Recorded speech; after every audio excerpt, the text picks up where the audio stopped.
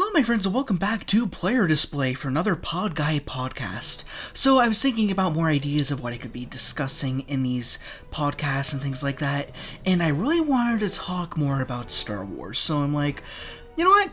Let's do it. Why not? Why change the mold? If it ain't broke, why fix it? So they're kind of going back to something we discussed before, where we did a 4-part podcast where we discussed ranking 150 plus Star Wars characters, which was quite the upheaval, but I had such a ton of fun doing that.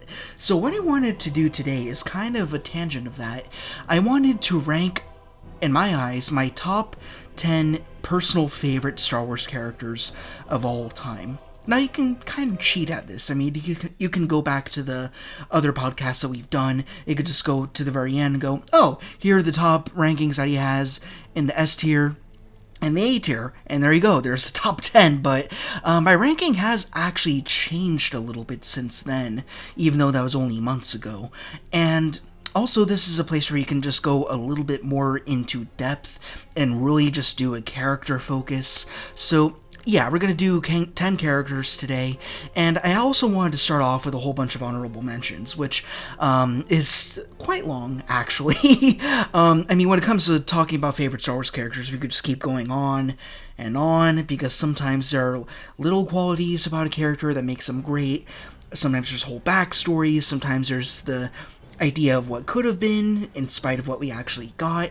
So I just wanted to go through some honorable mentions first. So the first two, I kind of have them bucketed together, are the Fetts. We have Boba Fett and Jango Fett. So obviously, Jango Fett chronologically comes first. He is the father, and the reason why I love Jango Fett so much is, of course, he is the template of the clones. He is like the prime specimen of what the ideal foot soldier should be. So that makes him really enticing, but I feel like the one thing that holds him back is the fact that his story gets cut off, no pun intended, extremely short. So we don't have a whole lot of story for him in canon nor legends. We just don't have a whole ton about him. And as for his son Boba Fett, it's kind of the opposite. We have a ton of Boba Fett stories, but even though he is the bounty hunter, like he's the first character that comes to mind when we think about bounty hunters, over time, I've kind of gotten a little bit frustrated with the Boba Fett character. He is really cool, and he's a badass. That's what everyone says. But based on what?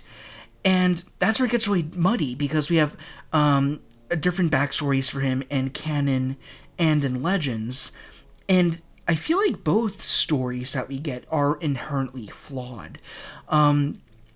Especially in canon. I mean, we got the Book of Boba Fett show, which, it's fun to watch and all of that, but pretty much everyone agrees is that its greatest misfire is watering down Boba Fett to the point where he's no longer this tough, gritty badass. Now he's trying to create a sense of family. He wants to take over this really small town and rule with respect, but that doesn't really work for him. And then in Legends, you see him taking over the mantle of being the Mandalore, who is effectively the leader of the Mandalorian planet, and in turn, the Mandalorians.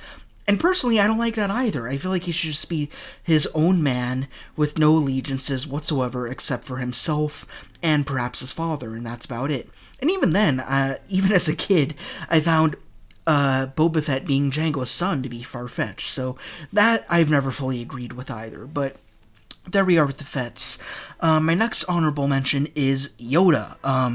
Original Yoda, not Baby Yoda yet or anything like that, not Yaddle, just straight up Yoda. Really awesome character. He is the lexicon for light force energy, for what it takes to be a good, altruistic character in the Star Wars universe. Of course, he is flawed. I mean, he did almost sentence Ahsoka Tano to death. So he's not a perfect character. He's definitely hypocritical in a lot of what he does. His words are not always backed up by his actions, that's for sure, but he is still a really fascinating character in what he has to say, especially in Empire Strikes Back. That's definitely where he's at his peak in his introduction. But ultimately, what holds things back for me with him is I love a good origin story. And as for Yoda over here, he inherently does not have an origin story. Like, we have a few tidbits, like we know about his master in Legends and a few little things here and there. In the finale of Season 6 of Clone Wars, we get a little bit of a peek into his dark past, at least with the darkness inside of him that he's had to trifle with after all these centuries, but we just don't get more of him. He is simply Yoda, the ultimate lightsider, and we don't get more than that. So, it's harder for me to appreciate him as a character because we don't know a whole lot about where he's coming from and how he's informed, especially since he is the Grand Master of the Jedi around the Battle of Yavin times, you know what I mean? So, next honorable mention, we have Cad Bane, simply on the fact that he is the ultimate bounty hunter, bar none. Like, Boba Fett looks really cool and all that, but ultimately, it's just hard to say exactly what we want Boba Fett to be, and he has too many different origin stories and aftermath stories, so it gets way too muddy for him. Then you get Din Djarin, where you've got, like, a really awesome bounty hunter, sure, but he's by no means, like, one of the strongest bounty hunters who's ever lived. But Cad Bane, he is easily the most successful at being a bounty hunter. He lives and dies by the credits. He will do absolutely whatever it takes to be a wealthy, I almost said man, but Duros in this case. And he is an absolutely ruthless killer. And going back to the Boba Fett show, I think this is one of the few things that the show did very right, is it has the contrast between, again, a very watered-down version of Boba Fett and Cad Bane. You have Boba Fett, who's trying to become very family-oriented, whether you like that or not.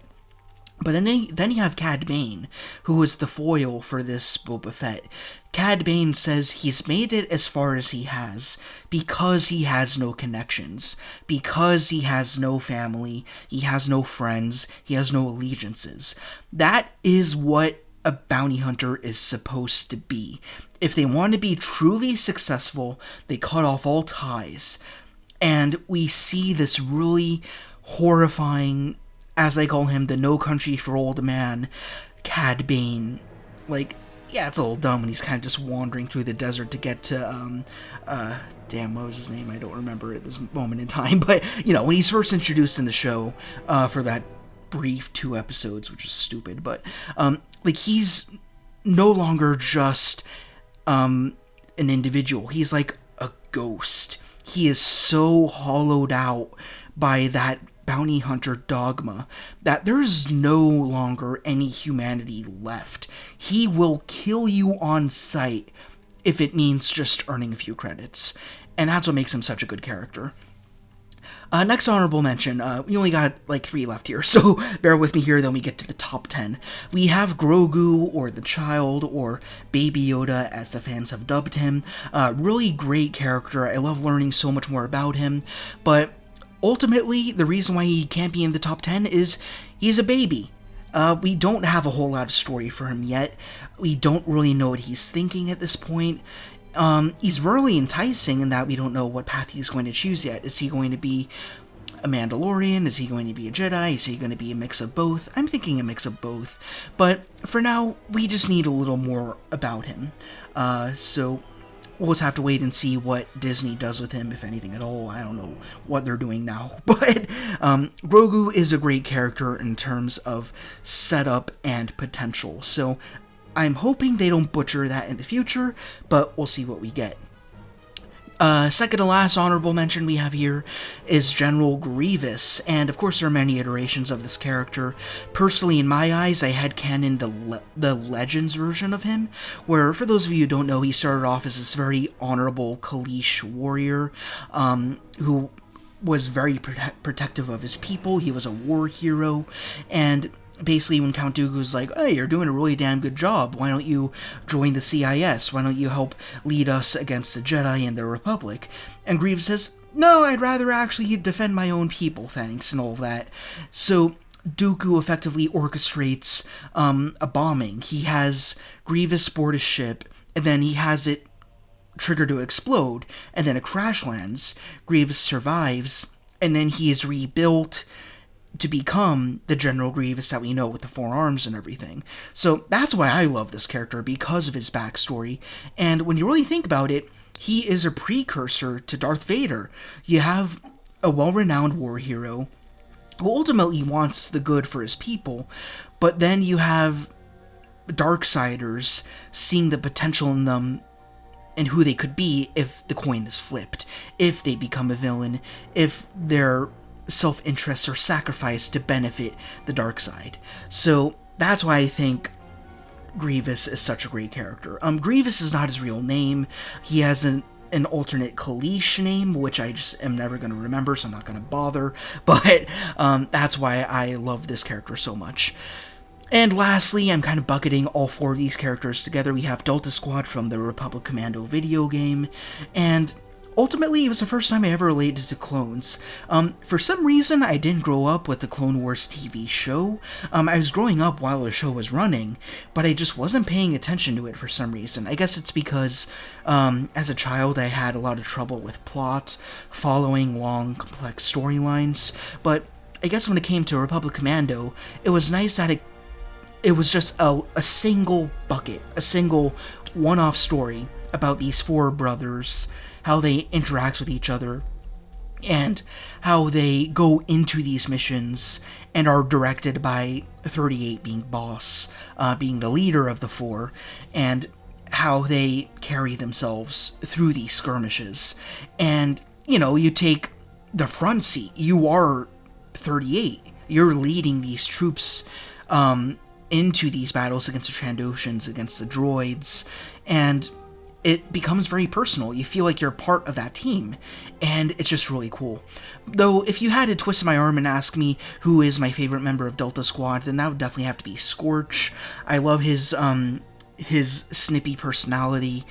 He's just very unconventional and hilarious. He's got a great sense of humor. So, yeah, if you wanted, instead of Delta Squad, you could just say, I love Scorch, and that would be my honorable mention. So, speaking of honorable mentions, that is all of them. I could keep going. Like, I love Fordo, I love Pre Vizsla, I love Shae Vizsla. There's so many other characters I enjoy, but for the sake of it, let's cut it down and just focus on my top 10. Alright, so for our top 10 spot, again, this whole list is just about me, my personal favorite characters.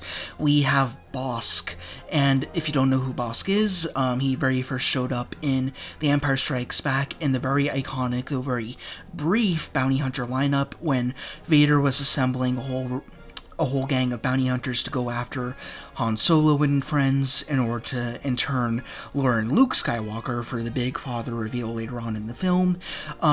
In that movie, Bossk has nothing to do.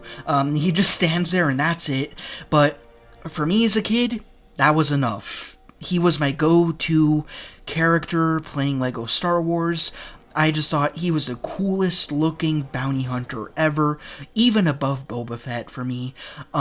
So, I wouldn't say, like, I am a huge Bossk fan now, but in terms of how he would pioneer my preferences growing up, he is very much a staple of how I prefer certain characters who don't have a whole lot of things to do in their respective movies, but when you look into their backstory and you think about who they really are, in spite of not getting a whole lot of story, like, Bossk was the template for that, so he very much pioneered how I viewed characters in the future.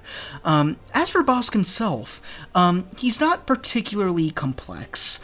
He doesn't have many story arcs. In canon, he helped to train Boba Fett after the death of his father, so that's really neat. Although Bossk, he's not particularly intelligent, he's kind of bullheaded, he's definitely more brawn over brains for sure, but in Legends he's definitely a lot more terrifying. He apparently, he was born from an egg because they're reptiles, the Trandoshans, and I believe he ate all of his siblings, and that impressed his father to the point that he had Bossk put into the Bounty Hunters Guild. But then Bossk took his father's place in the guild by eating his father, and then he became one of the biggest bounty hunters of his time. As for the rest of his story in Legends, honestly, I don't know much else. I do know that he did not die at any point. I think in the aftermath of Return of the Jedi, he was like trapped in a cell or something like that, but he managed to escape, and then that's kind of where his story left off. It was never completed or anything. And that's another thing that's really interesting about bounty hunters. Like, you have the Jedi and the Sith, they're constantly defeating each other, being victorious and all that, but for most of the famous bounty hunters, they never really die. Like, when you think about that, like, have you noticed that? Like, some of the biggest, baddest bounty hunters, they just continue on. They don't really die at any point. They usually retire. I think Bosk just wound up retiring. He did what he had to do, and then he was fine. That was it for him. So, I don't know, maybe being with the bounty hunters is the safest place to be in the Star Wars universe, but I don't know. What's your take? Let me know. It's interesting. But what else is there to say about Bosk? I mean, he looks really badass. He's a giant. The actor who portrayed him passed away recently. I don't recall his name, unfortunately, but very tall, intimidating bounty hunter. His presence is a very big part of his character, I think. And in LEGO Star Wars, I absolutely adored him. Again, he was my go-to character. I didn't like that he kept changing throughout the various LEGO games. I first played LEGO Star Wars 2, the original trilogy. Then I felt like in I was about to say Return of the Jedi, I don't know why. In LEGO Star Wars, the complete saga, I felt like they kind of nerfed his character design a little bit. They made him look too soft. He didn't really have the pointy teeth anymore, especially if you went to the character customizer. Although he did look very cool in LEGO Star Wars, the Skywalker saga. He did look really cool there, and he was fun to play as. Although by that point, there were more new characters who I preferred to play as. So, that's pretty much it for Bosk. I mean, just a fun character. Nothing very complex, not a whole lot to learn from him. But he's just a really freaking cool-looking character. And sometimes in Star Wars, that's enough. That's all you need. Just a really cool-looking presence. And Bosk definitely fit the bill for me. In ninth place, we have a pretty recent addition to the Star Wars Pantheon. This is Cal Kestis from the Star Wars Jedi Fallen Order game and also the Jedi Survivor game. So he's a very fresh new character, but I absolutely love him. The first game. Can't really say second game because I haven't played it yet. I usually just wait for games to go on sale and then I play them. But, the reason why Cal Kestis is so special to me, and not just him, but the game he comes from, is, if you are familiar with these podcasts at all, or have just watched my action figure reviews and just have heard me talk about Star Wars, then you know I'm usually pretty late to the hype train. Like, as I said, when Star Wars The Clone Wars was rolling out, I wasn't watching it for some reason, so I missed out a lot on the different characters and arcs that were happening. I watched The Clone Wars after the fact. Like, I watched it in college, and then I rewatched it on one occasion, and then I watched the 7th season as that was coming out. So I pretty much just crammed my entire Clone Wars experience in between, like, a span of 2 years. So I wouldn't say that Clone Wars is a particularly personal experience to me. However, when Jedi Fallen Order came out, I played Jedi Fallen Order. Therefore, I was able to become attached to it. I was able to join everyone in the hype. So that was really exciting to me. And also the game is just great. It's really cool to see the story of this post-Order 66 Jedi Padawan with incomplete training trying to figure himself out, who he is supposed to become in light of everything he knew being destroyed, in light of his master, I believe Jero Tapal, being killed in combat, and Cal Kestis not having the ability to save him. And that's his story. It's a story of regret, feeling like he didn't have the potential to do what he needed to in the right moment, and it's an internal battle. We see that a lot with a lot of Force users, and calling this game franchise Jedi Fallen Order and Survivor, it's a title that's not totally accurate for Cal, because I think a lot of people would agree, he's kind of in the gray area. He's not fully light side. He does tap into the dark a little bit when the time calls for it. Like, I think some evidence for this is when he uses the Force Freeze ability, which is an ability we haven't seen, which we first saw, when we saw Kylo Ren in the sequel trilogy. So that was usually associated with the dark side. So when we saw Cal use this ability, we're like, okay, maybe he's not totally Jedi. And when he did use Force Freeze in Order 66, he was screaming, which is usually associated with anger. So we could say he's got some darker tendencies in him, but he's not a bad guy either. So it's really interesting to see him be a mix of these different Force attributes. He's not totally light side, he's not totally dark side, but he's a good guy. And he wants to protect this new family that's growing up around him. Like, you've got Seer Junda, you've got Marin, of course, who becomes his love interest in the second game. You've got Grease, you got BD1, and yeah, it's just really beautiful to see this new family building up around him.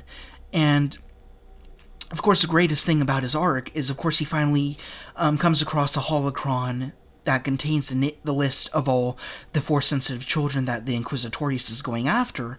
And the lesson he learns throughout the game is that it's not his responsibility to bring back the Jedi Order, but rather, like himself, to allow these children to find their own path. So he destroys the holocron.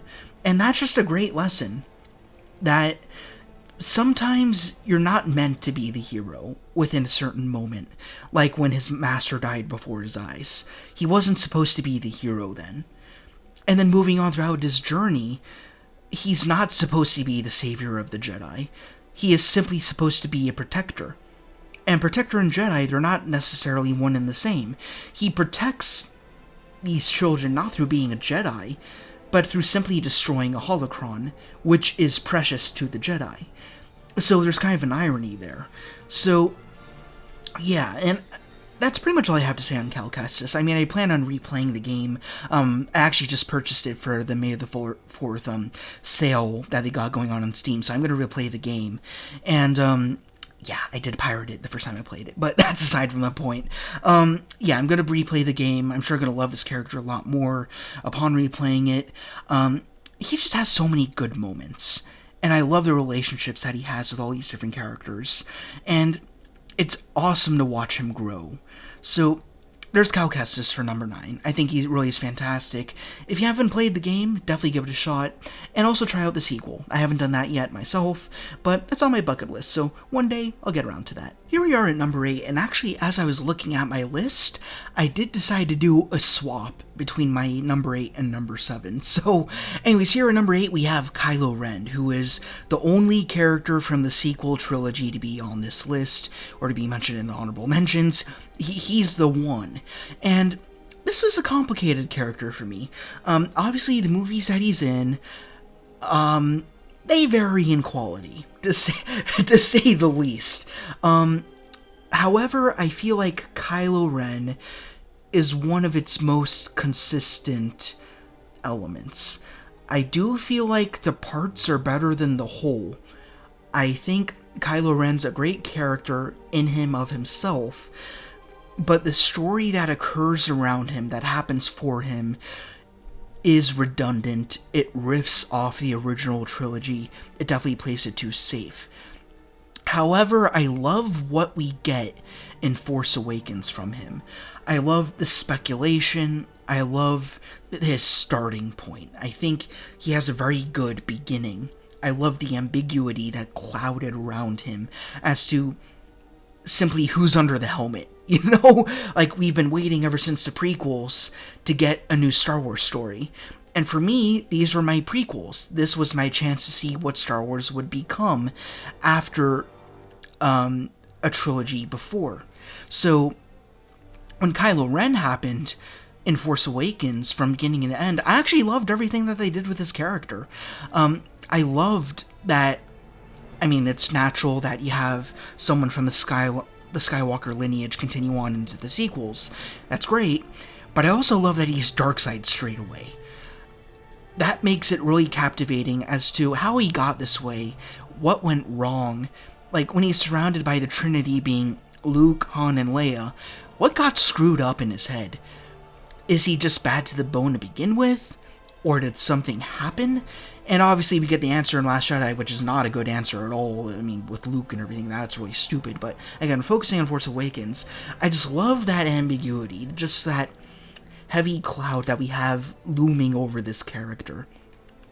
And as for Kylo Ren himself, I really love his characterization. I kind of talked about this in the podcasts that we've done in the past, but I really love that he has that edgelord tendency to him. I know a lot of people hate that, but I think it makes perfect sense for him. He reminds me so much of, like, ancient Roman leaders, if you will. Like, you have Constantines, you've got just these really big names within this massive empire. And being somebody who's descending from them, who's taking the throne, he wants to be just as good as those who came before. In this case, of course, being his grandfather, Darth Vader. And he gets really fussy about it because he can't get to that point. So, I mean, he's a relatable character, you know, in terms of looking at history, seeing other people want to be just as strong as those who came before. Like, again, you've got your Constantines, but for every Constantine, you've got a Caligula. You know, you've got someone who's an absolute mess, who is never going to be as strong. They don't use their resources practically. Instead, they just give into their own emotions, and they beat themselves up about it. And you're curious about how they're going to wind up. Are they going to be able to collect themselves to do the right thing? Or are they just going to remain in this low? So I always found that very interesting about him. In Force Awakens, anyways. Again, we're just talking about speculation here. When we got into the later movies, that's where things get very wishy-washy. I do love the idea, the direction that he took in Last Jedi. As much as I hate Last Jedi, and it is indeed my least favorite Star Wars movie of them all, I do like Kylo's direction of how he says the Jedi are fighting, the Sith are fighting, the Republic and the Empire are fighting. Why not just wipe it out and start from scratch? I think that is a great direction for this character.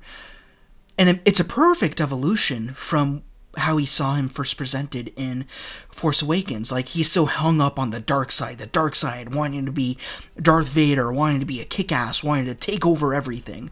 But he realizes that struggling with one side of that duality, it's not going to cut it. You gotta wipe the slate clean in order to fully see the galaxy for what it is, in order to study its objective nooks and crannies, to take over in a brand new way. So I think that is such a good idea. But then you get to Rise of Skywalker, and they drop that completely. So, again, it's the idea of Kylo Ren that is strong here. The execution of the character, not particularly great, though. But I do love Kylo Ren as a single character. The movies he's in, very, very inconsistent. But I love the ideas that do surround him. And I also do really love the Knights of Ren. I think they are really interesting. And I guess they're another honorable mention for you. I do think they are a very interesting group of characters. Poorly used in the movies, obviously. But there's a whole backstory with Kylo Ren where he effectively joined a cult of dark side force users that were led by Ren, and then Kylo wound up killing Ren in order to become Kylo Ren, and that's how he got his name. But then you kind of wonder, why wasn't that the movies, you know? So, but again, it's like all these little extra parts surrounding Kylo that make him an interesting character. As for how he was used, not so great. But for me, the speculation's enough, and I'm able to enjoy this character. So now this takes us into our number 7 entry, being the Mandalorian or Din Djarin. And the reason why I swapped him with Kylo Ren is because ultimately I felt like Mandalorian is just a much more personal story to me. Like, Kylo's really cool, although his story gets very muddy. But as for the Mandalorian, the story is a lot more consistent, and it is definitely a lot more personal.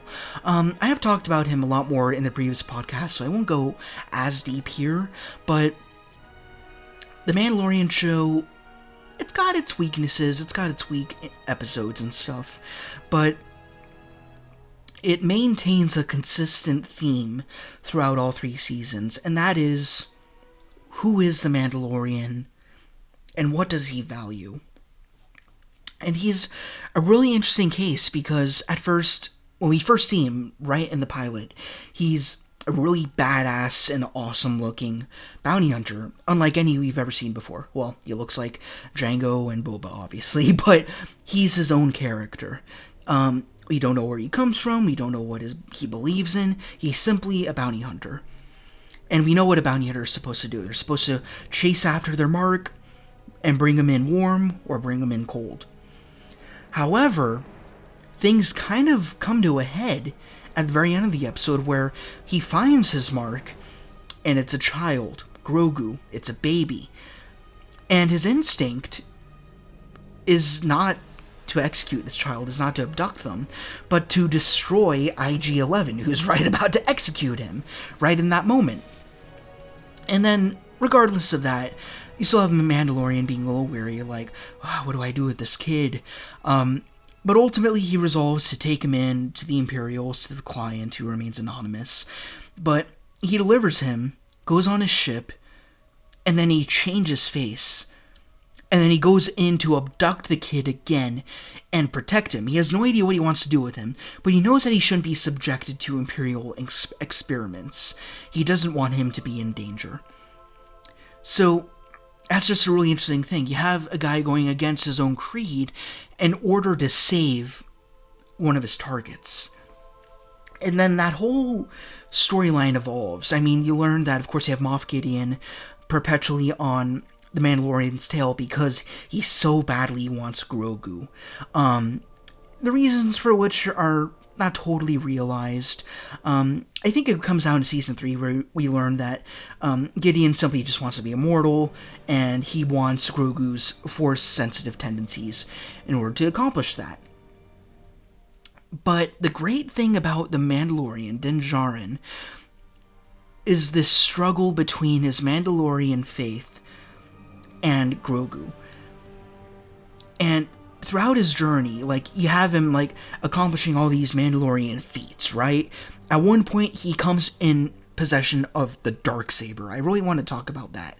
He comes in possession of an ancient, thousands of years old artifact that was wielded by the first and perhaps the only Mandalorian Jedi, being Tare Vizsla. And whoever holds this weapon is effectively in charge of the Mandalorians. He gets this weapon, but he doesn't want it. He uses it, but he wants nothing to do with it. He doesn't care about its significance. He knows about its significance, but to him, personally, it doesn't mean jack crap. He just happened to be upon it, he obtained it, and now it's kind of just stuck on his person, and he can't really get rid of it. But then he gets back in touch with Bo-Katan, and then he does find a way to give it off to her, because she is a better leader for the Mandalorians. As for him, though, he just wants to be, at this point, a father. Because in Season 2, you have my personal favorite moment of the entire show, where he takes off his helmet, so that way his son can see his face for what they both think is going to be the last time. And that is the Mandalorian's arc. Surrendering faith, dogma, and stoicism to be a father. He accomplished something that many fathers throughout the Star Wars mythos never could. Vader couldn't really do this. I mean, yeah, he had his helmet removed for Luke, but that was only because he was on the brink of death. Mandalorian, he still had a whole life ahead of him, but he was willing to jeopardize his own faith just so he could see his boy. And that is the only moment in Star Wars ever where I cried, honestly, because it was such a precious moment, and I really loved seeing that happen. So yeah, he's a cool character, he's an awesome bounty hunter and all that. By no means the best bounty hunter, but a very damn good one. But he's the most empathetic bounty hunter we've ever seen. So, I don't know what else there is to say. He's a great character, very well written. It's removing the helmet. That's his biggest moment, I think. Really great character. It looks like we're going to see him again when they do like a super movie where they bring in like all the TV characters together. I don't know how well that's going to turn out, but what we have of him now, I think, is great. I think he's a very good change of the bounty hunter mold. That has nothing to do with the Force, really. I mean, unless you're just talking about Grogu. But again, for the Mandalorian, Grogu being Force sensitive, it's neither here nor there. It's simply, alright, he's Force sensitive, but he's my kid. That's what matters to him most. Not the fact that the child is special, but he's his child. That's all that matters. And that's why Din Djarin is such a damn good character. It comes down to family. Alright, trucking along to number 6, we have Luke Skywalker. You may have heard of him. He is, of course, the original hero of the original trilogy. And I don't think there's a whole lot to talk about here, so I'll keep this one short. Everyone knows the story of Luke Skywalker. I mean, he grew up on a Dust Bowl planet, then suddenly there's these 2 droids that come into his life with a message from a princess who's in peril, and then he needs the help of this old man named Ben Kenobi, or Obi-Wan Kenobi, and he's like, well, my aunt and uncle are dead. Might as well follow the footsteps of my father and become a Jedi. And he does that throughout the course of these movies. But the thing that makes Luke Skywalker so cool is that he follows the steps of Joseph Campbell's Hero of a Thousand Faces, which was George Lucas's intent.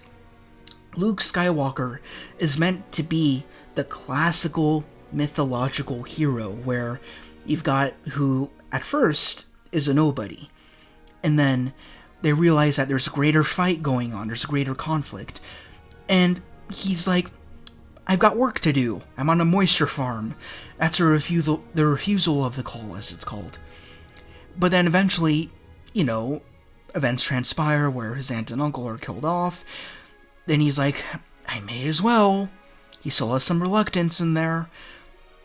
But then he realized just how deep into it he is. He cares for these people that he's saving, for Han, for Leia, for Chewie, for the droids, of course for Ben Kenobi. And then of course he learns that this main bad guy that he's apparently destined to defeat is his own father. And what do you do with that information? That's earth-shattering. Well, not earth-shattering because we're in a galaxy far, far away, but you know what I mean. So you got this huge revelation, and it's like, what do you do with all this? So he decides that, well, it's my fate. I have to confront my father. But the twist is, it's not simply, I'm going to take down my father, the end, the light side has prevailed. He defies both of his masters, Yoda and Ben Kenobi, by redeeming Vader, which Yoda and Ben Kenobi never thought possible at this point. They thought he was a lost cause. They kept insisting, you must defeat Vader. It is your destiny. But when Luke confronts him, he says, there's good in you. There's conflict in you. You can still be redeemed. And he succeeds at that. He gives his father a window through family to turn back to the light for a very brief moment in time. Like for, I guess we could estimate maybe 5 minutes or so. But that enough is proof that no matter how far you have fallen, no matter how many worlds you've obliterated, no matter how many people you've killed, it's never too late to be the good guy and do the right thing.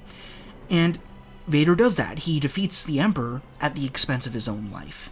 And then you have the first helmet reveal moment in Star Wars, before Mandalorian, of course, where he says, "Let me look onto my son with my own eyes," and then you get your first father-son moment.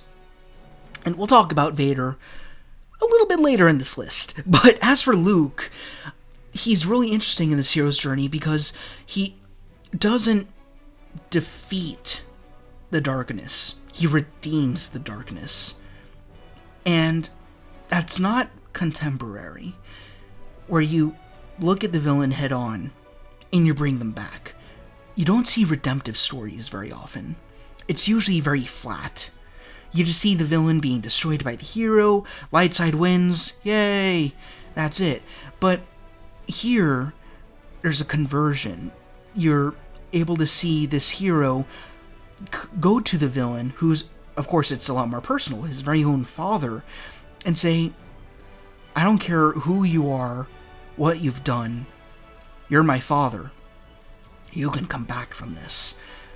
So Luke Skywalker is like an upgrade of Joseph Campbell's classical hero of A Thousand Faces, right? So that's what makes him such a good character. And that's really all I have to say on him. Like, there's a lot more about Luke in canon and in Legends, but for me, I like to just focus on Luke within the original trilogy and as he appeared in The Mandalorian and Boba Fett shows. But I don't know a whole ton about him in the Legacy era of Legends, and I definitely dislike his use in the sequel trilogy, which I should mention this before with Kylo. The sequel trilogy, to me, it's fanfiction. It's all it is. It's not official. You pick what you like from it, and you remove what you don't like from it, and that's it. Like, I enjoy Kylo. I don't enjoy everything that's in the sequels. I take it all very much with a grain of salt. Luke Skywalker's progression included. But Luke, within the original trilogy, excellent character. Don't think I would change a damn thing. Here we are at our top 5. We have Emperor Palpatine, or Darth Sidious. Again, he's kind of a legacy character, like Luke Skywalker. There's not a whole lot that needs to be said about why I love this character so much. I mean, he's objectively just such a great villain. He's the greatest villain in all of Star Wars. I mean, you got your Vitiate, you've got your Snoke, if you can even call him a villain, but Palpatine is the greatest villain, maybe in cinema. Or he's definitely up there, I should say. I mean, you know, you got stories that are a lot more grounded, that aren't in a galaxy far, far away, but they still have really good villains. But in terms of building a really massive world, a galaxy in this case, and then creating one villain to topple all of it apart, that's really damn impressive. That you have this character who's able to create this maniacal scheme in which you have two sides that are duking it out, and he manages to destroy both of them in a day and create his own thing in place of both of those fighting forces, being the CIS and the Republic. He's able to destroy both of them. All the while, he's basically pulling the strings of Anakin. He's using him to hopefully one day become his greatest asset, being Darth Vader. And once he gets there, that's when his whole plan starts to fall into place. That's when Order 66 is executed, and all the Jedi are wiped out. Pretty much because of their own hubris, and their own inability to question where this grand army of the Republic has originated from. And there's a lot more of that questionability that comes in the Clone Wars show, but again, I can't speak a whole ton on that because I just don't remember the Clone Wars show as well as I probably should. But basically, because of the Jedi's hubris, they're unable to see the flaws within their own system and time to prevent their own defeat. And Palpatine sees the weaknesses of the Jedi and the fact that they're not willing to interrogate themselves enough to see where they can be flawed. Palpatine sees these issues and leverages them in his favor. So that way, Anakin can fall. Because the Jedi are not trusting Anakin, Palpatine sees this as an opportunity to use Anakin for his own benefit, thus turning him into Darth Vader. So, I mean, that's really all there is to say about him. I mean, really the only time I dislike Palpatine is in Rise of Skywalker. Like, that was just a really cheap way to take the story. It's just fulfilling, like, all the fan theories and stuff like that. I didn't love how he was used in Rise of Skywalker, but everything else in canon and in Legends is great for him. So, absolutely great character. He is the Senate. He is the most diabolical Star Wars character there is, but he's not quite my favorite. And we're going to talk about my next favorites, starting off with number 4. Now here's where things are going to get a little bit more fun, because a lot of these characters that we're going to talk about next are not legacy characters. I mean, they're legacy characters if you know them, but the common Star Wars fan might not know who a lot of these characters are. But for me, they really hit close to home because I'm such a sucker for Old Republic territory. If you don't know the Old Republic, it was a video game franchise that started off in the early 2000s. That was before my time, but I played the Old Republic RPG game, and then eventually Knights of the Old Republic, which was the very first game, later on in life, knowing absolutely nothing about it. So that meant I got the total raw experience of it. And I was introduced to a whole new world of Star Wars, which took place 4,000 years before the Death Star and everything, where Jedi and Sith were everywhere, and that's probably why this is my favorite era within Star Wars. So, anyways, as for one of these characters that comes from this era, being my fourth place character in this list, we have Darth Nihilus. In my opinion, one of the scariest Star Wars characters that there is. And he comes from Knights of the Old Republic 2, The Sith Lords, which is a game which, for the life of me, I could never finish. I've tried playing it 3 times, I think, but I've just never been able to get through it. I feel like it's very meandering, it takes too long, it's a little too dialogue heavy. There's great elements to it, of course, but as a gaming experience, I just wasn't having any fun. However, I became very obsessed with Nihilus as a character. So, his story, it's a little convoluted, as is the story of KOTOR 2. It just gets very muddy, but effectively he's part of the Sith Triumvirate, being Darth Nihilus, then you got Darth Sion, then you got Darth Traya. And their goal is a little ambiguous to me. I think basically what was going on is Traya was trying to use these two very radically different Sith in order to kind of eliminate the Force or something like that. I don't totally understand Treya's objective here, but basically she's saying that the Force is causing an issue in that too many people are relying on it to decide their fate, and people should be able to choose for themselves in spite of the Force leading their destiny, if that makes any sense. So, which is a great idea. Like, when you take KOTOR 2 and you take the bare bones what it's attempting to do, it is very interesting. Just as a game, it doesn't function very well. But as for Nihilus, I just love how terrifying of a character he is.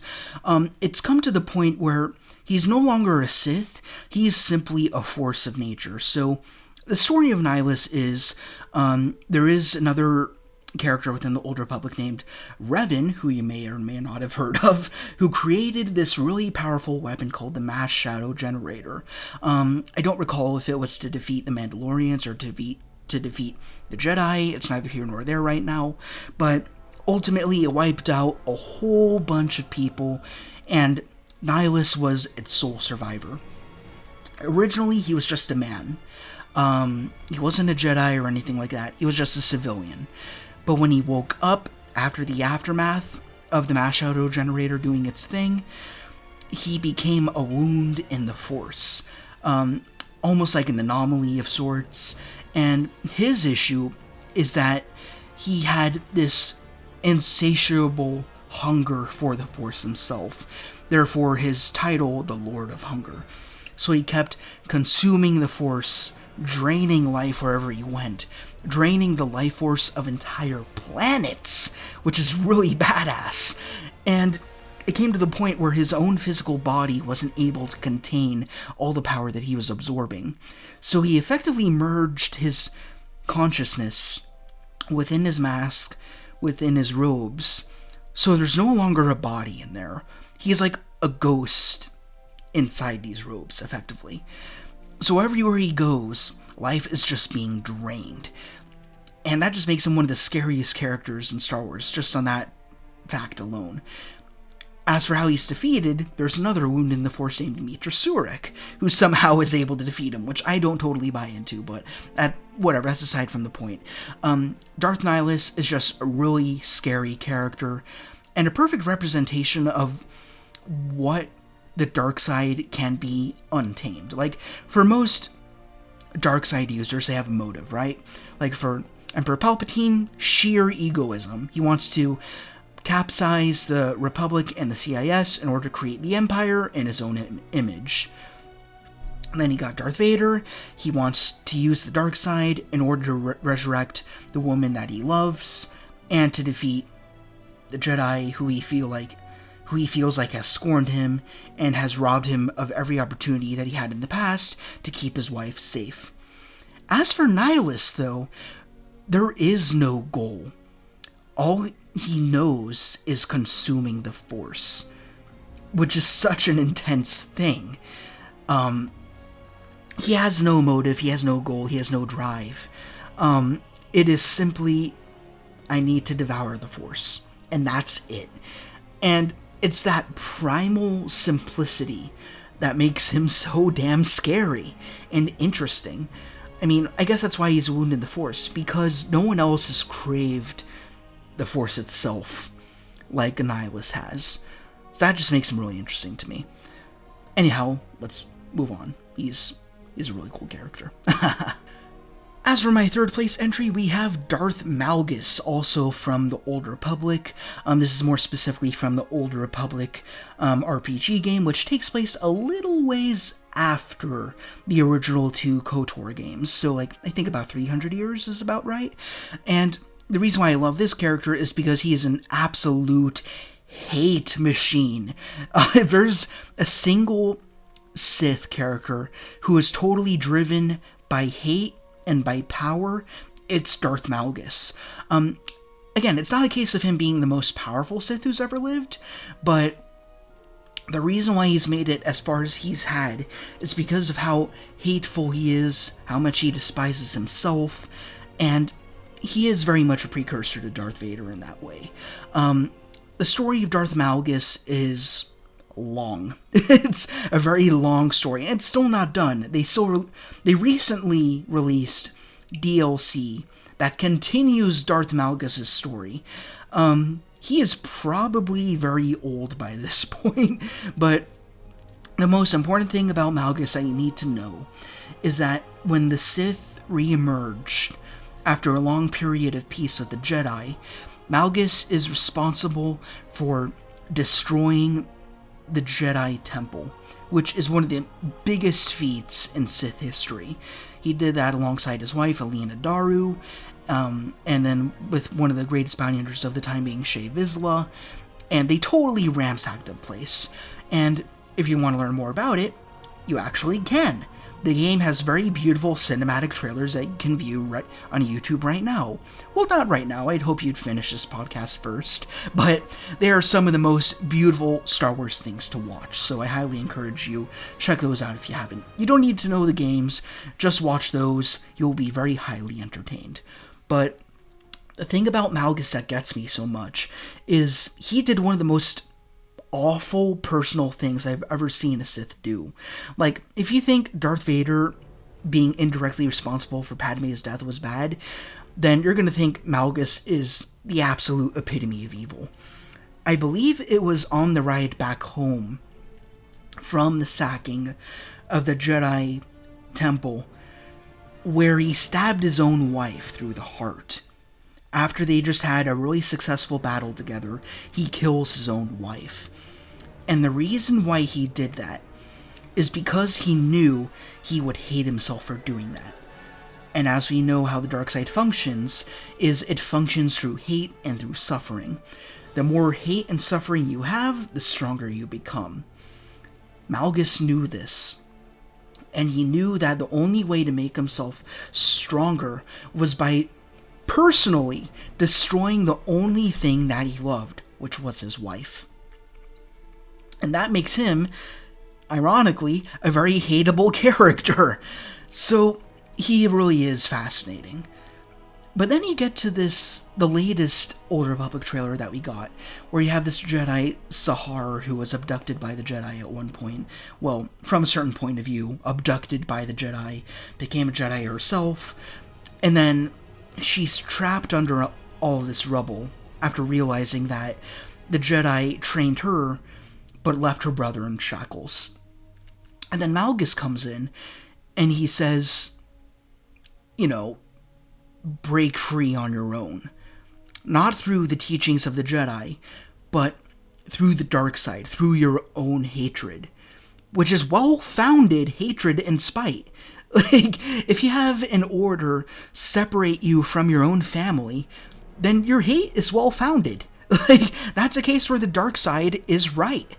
So it's really interesting that you see the cinematic, which is only 6 minutes long, of Darth Malgus allowing a Jedi to live and toil with themselves to figure out what they believe is genuinely right. Not light side, not dark side, but what is correct for themselves. And then you're left on a cliffhanger of Sahar being trapped under all this rubble. And the only way that she can escape, she knows it, you know it, is that if she taps into the dark side. If she embraces her hatred for the Jedi and what they did to her and what they did to her brother. So, as for Malgus, it's really interesting. He's almost tapping into not really this gray area, but he's able to see the flaws of the Jedi. He's not just saying the Jedi are my enemy, therefore I must kill them. He's saying the Jedi have made a mistake. The reason why the dark side exists is because the Jedi are running a shit show. And when he shows this shit show to Sahar, that's what's going to allow her to escape, I believe. I don't know where the story goes on after that, but it's a really interesting progression for this character, Darth Malgus. And I'm glad that after a decade, I believe, this character is still alive, and we get to see more from him. Being that he is in the Old Republic game, which is like the last piece of Legends that is still around. I'm not sure why or how, but it's still here, which is great. So we get to have more Malgus, which is fantastic. So yeah, definitely wanting more from him. He is one of the most hateable Sith I think there's ever been. One of the most hateable Star Wars characters there's ever been.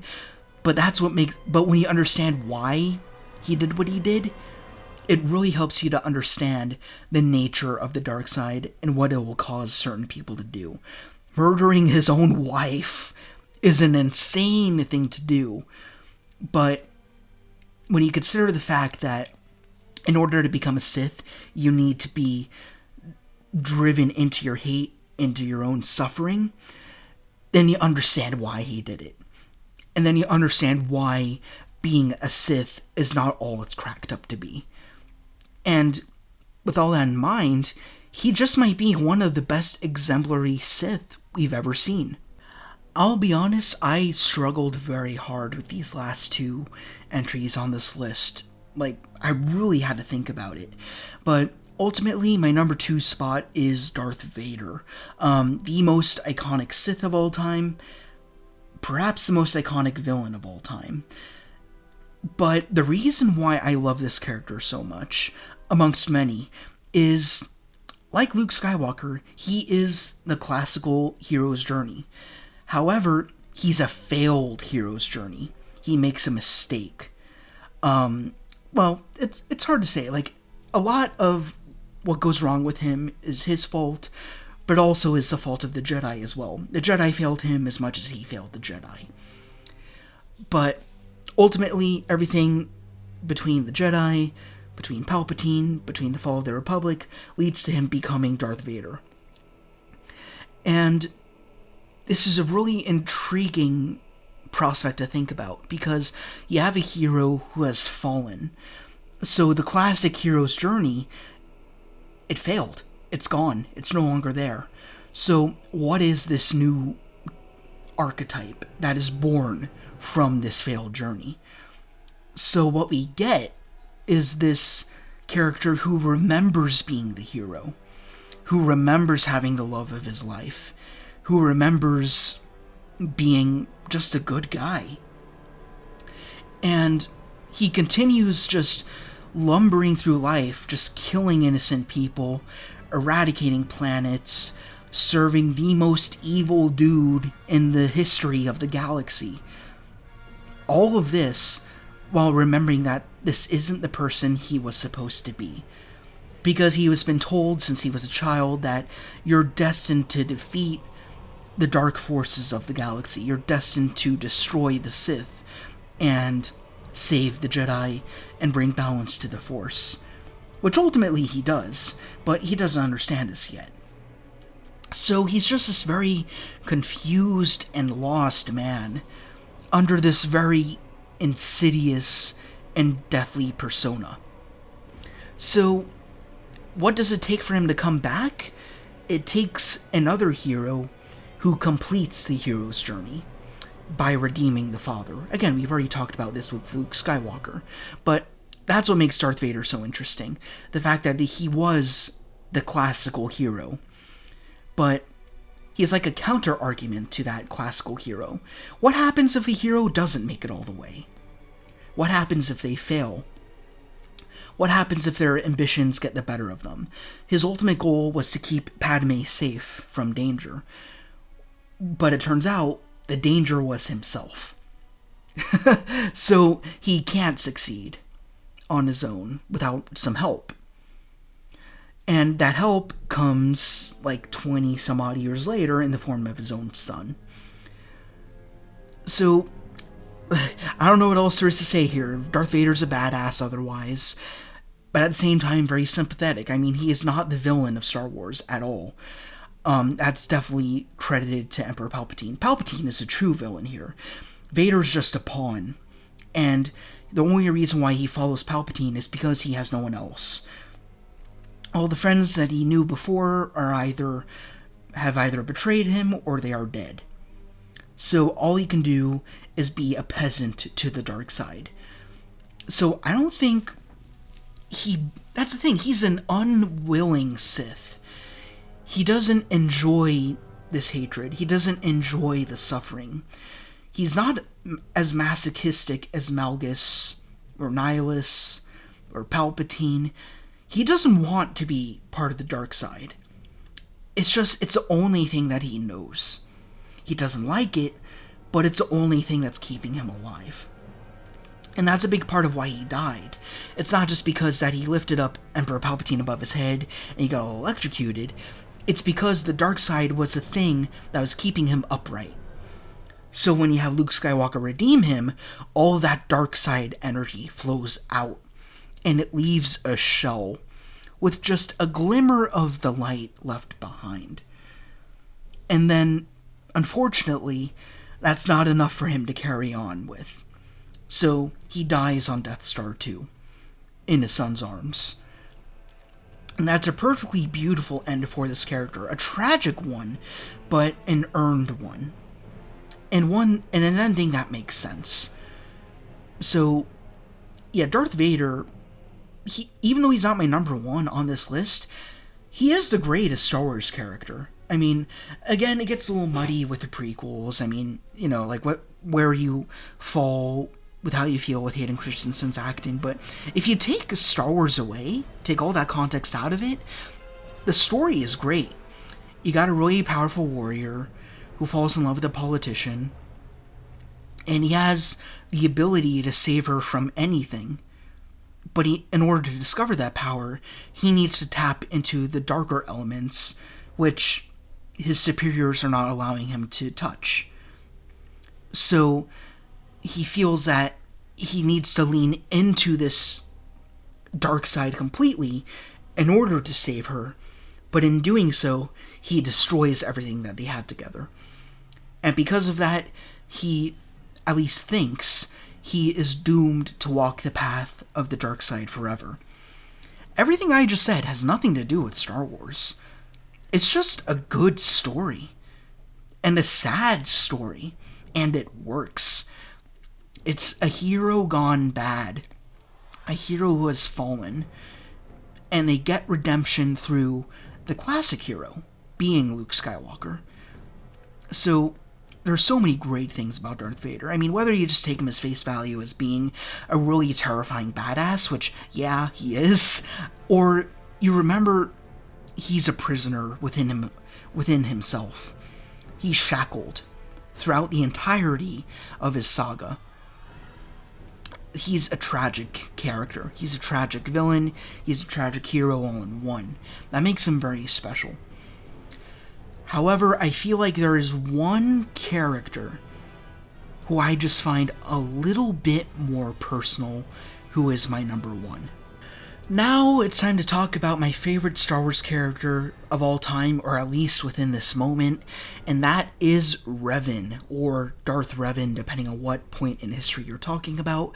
This is, as somebody put it, the best Star Wars character that you'd never heard of. In a sense, more intriguing than Darth Vader. So basically, who is Darth Revan? He originated from the Knights of the Old Republic video game in the early 2000s. I was not playing video games in the early 2000s. I was still a child without technology. I actually played the Old Republic RPG game first, in like my middle school days, I'd say. And then I was playing on an iPad. I had an iPad at the time, and I saw, oh, there's a game here called Knights of the Old Republic. Maybe it has something to do with the Old Republic game that I've been playing. So I knew absolutely nothing about Knights of the Old Republic going in. Knew nothing about the storyline at all. Knew nothing about the characters. Knew nothing about the story arcs. I went in totally dry, totally raw. So that being said, spoiler alert for this game if you haven't played it or know nothing about it. As you're walking through this game, you're learning about this really evil Sith Lord called Revan. And as this whole story is playing out, you're like, who is Revan? Where is Revan? Is he alive or dead? Where could he be? So as you're kind of on the side of this greater mission of going after Darth Malak, you're kind of just wondering, where the hell is Revan in all this? And then when you finally confront Malak, you learn that you were an amnesiac Revan the entire time.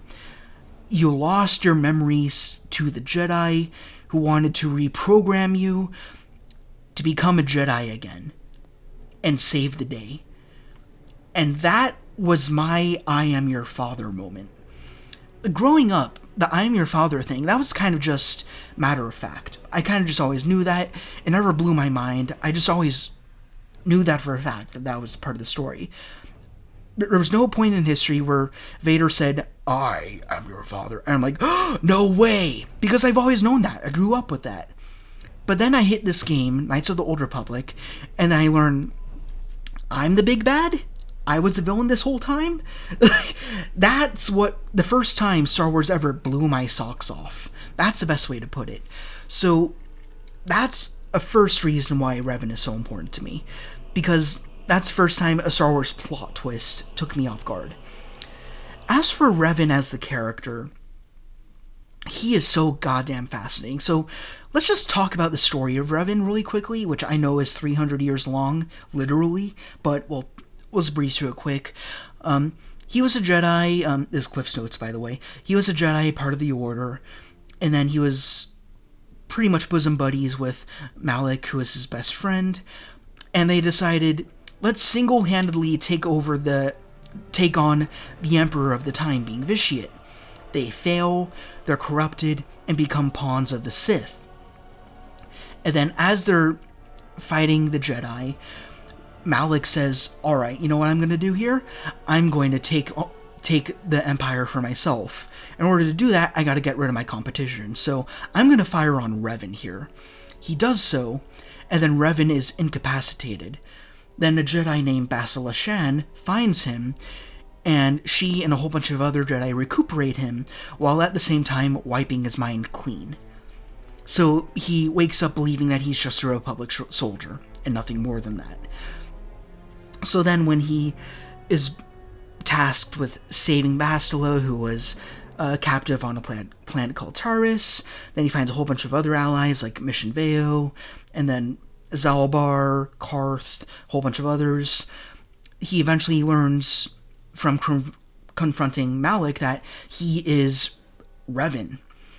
And then you got a choice. Do you continue your path of being a Jedi in order to defeat Malik and protect the Order, or do you revolt against the Jedi Order who converted you forcibly back into light side user and take your rightful place as the Dark Lord of the Sith? Within Legends canon, which I know is such a weird thing to say, Revan chooses the light side of the path, defeats Malik, and becomes a light sider again, and marries Bastila. But then after that, he goes out to explore the galaxy, and he's apprehended by the Sith again. And after that, he's like, well, you know what? I want to defeat the Emperor. However, so much time has passed since his imprisonment within the Sith that the Emperor was already defeated. So he breaks free of his prison, but he's split into two. So there's a light side Revan, Force Ghost, and then there's a dark side Revan that's inhabiting his body that resurrects the Emperor just so he can defeat the Emperor on his own. Obviously, he's not able to do that, and he's become such a threat by this point that the Jedi and the Sith want to defeat Darkside Revan. They manage to do so, and then finally Darkside Revan merges with Lightside Revan, so Revan can become one with the Force. And that's where his story ends. I did my best there. I probably missed a few details. I apologize if I did, but he has a very, very bonkers story. The most insane story of any Star Wars character. Very much like Darth Vader, he is a Jedi and a Sith at some point in his life. But the special thing about Revan is he is everything and nothing. He's at some point not really a Jedi, not really a Sith. At some point, he's able to realize the faults and the benefits of both, and embody both of them at the same time, without fully succumbing to either of their dogma. So, there is a moment in time, within this very convoluted timeline, where he's neither a Jedi or a Sith, he is simply Revan. And that's where I become very personally attached to this character, because I studied philosophy in college. I'm a philosophy major, like the last of my breed, pretty much. And that's kind of where I was learning that things are not so binary. You don't simply have good guys and bad guys. You just have perspectives and ways of succeeding at life. And part of philosophy is realizing that you're not simply one thing or two things. You can be many things at once. And that's effectively what I realized Revan is. He is all these perspectives occurring simultaneously. And because he is neither Jedi nor Sith, he's able to look at all these perspectives and decide what is most effective, what is most important. Like, for example, the Jedi, their greatest flaw is the fact that they prohibit any type of personal attachment. So there's no love, there's no romance, there's no happiness or joy. You're not allowed to have personal attachments. But Revan realized this is actually a benefit. He marries Bastila, and that makes him a stronger person through that. but that doesn't turn him into a villain. At least in and of itself. He becomes a villain later on because the Sith corrupted him again, but that's aside from the point.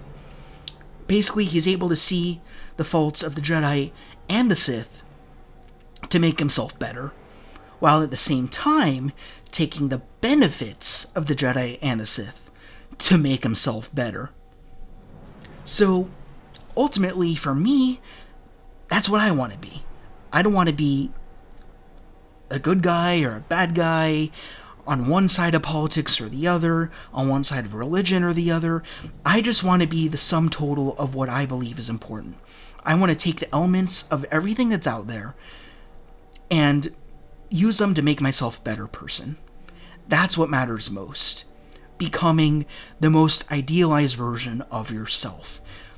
And unlike everyone else on this list, I feel like Revan is the only character that was able to accomplish that. And I guess as a last note, I could keep going on about Revan. The reason why I was able to tip the scales towards Revan being one up above Darth Vader is the original trilogy, as great as it is very light side centric. It's very much pro good guy, you know? It's all about Darth Vader's redemption. But when you get into the Old Republic, again, there's Force users everywhere. There's so many different sects, so many different degrees of light side and dark side. But Revan's the embodiment of how all these perspectives matter. All of them can be studied. And all of them can be used to one's advantage, even if you disagree with them. So even the worst of the worst can be used to inform you in a positive, constructive way. And that's what makes this character so interesting. And a role model, honestly. Very inspiring. Not just to characters within his own fictional universe, but to people in the real world. I'm learning a lot from him, too. So, he has a rippling effect that can't be matched. Not even by Vader, I think. Like, Vader's just really cool. At least for the typical run-of-the-mill casual Star Wars fan. But you can learn from Revan, which is such an epic thing. So, there you are. That's my number one. I'm going to stop there. And I think that is going to conclude this list. That was a fun one to do.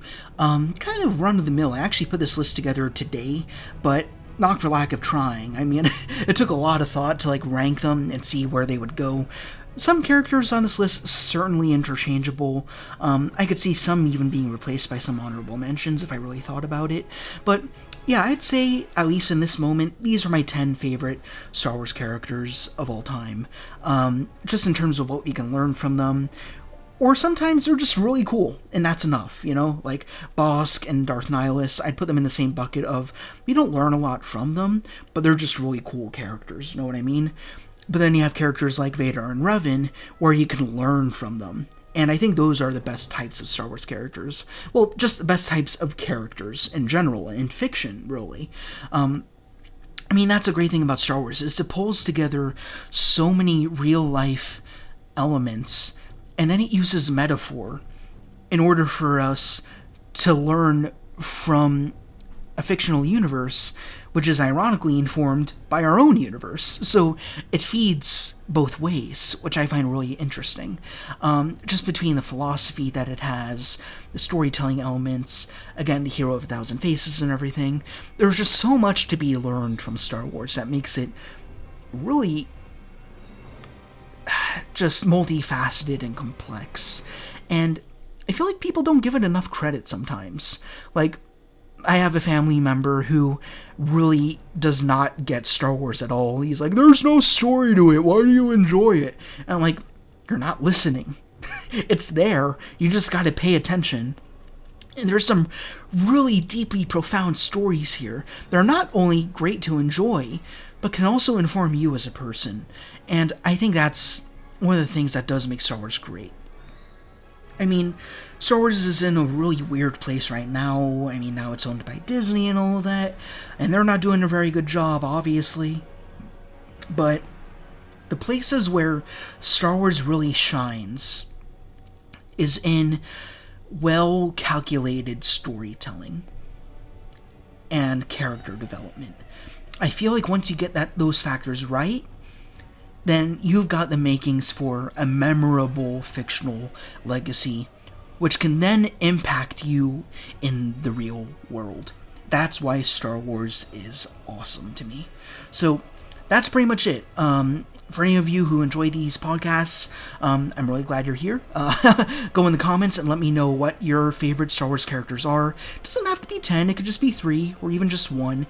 And explain why you love these characters so much. Even if it's just a guilty pleasure character, let me know why you enjoy them. Like, for me, one of my guilty pleasure characters is the Gonk Droid, you know? Like, no bearing on plot whatsoever. It's just a stupid character with a hilarious gimmick in the Lego Star Wars games, right? We talked about that already. But, yeah, there's just a lot to love about Star Wars.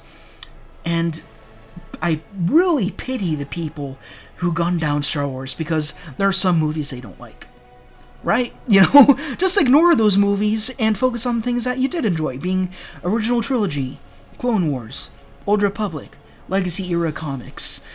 Just focus on things you like. Why tear down the things you don't like? As a waste of time. Like, why be destructive? I mean, that's what a real Sith is. A person who tries destroying the Star Wars fandom, right? Because it's not built the way that they want it to be. That's what's truly disgusting. But when you just focus on things that you enjoy, eat it up. I mean, like nihilists, eat up the things that you love about Star Wars. And they'll make you a better person. I genuinely believe that. So, anyhow, that's about all. I hope you enjoyed. If you did, then please, as per usual, be sure to like, comment, subscribe, stick around for more action figure reviews, more PODguy podcasts, which are more sporadic than the reviews, but they'll be coming along regardless. Any more ideas for PODguy podcasts, drop them in the comments as well. And I think that's about a cap on this. So, thank you very much. Hope you enjoyed. Rock on, and I will see you all later.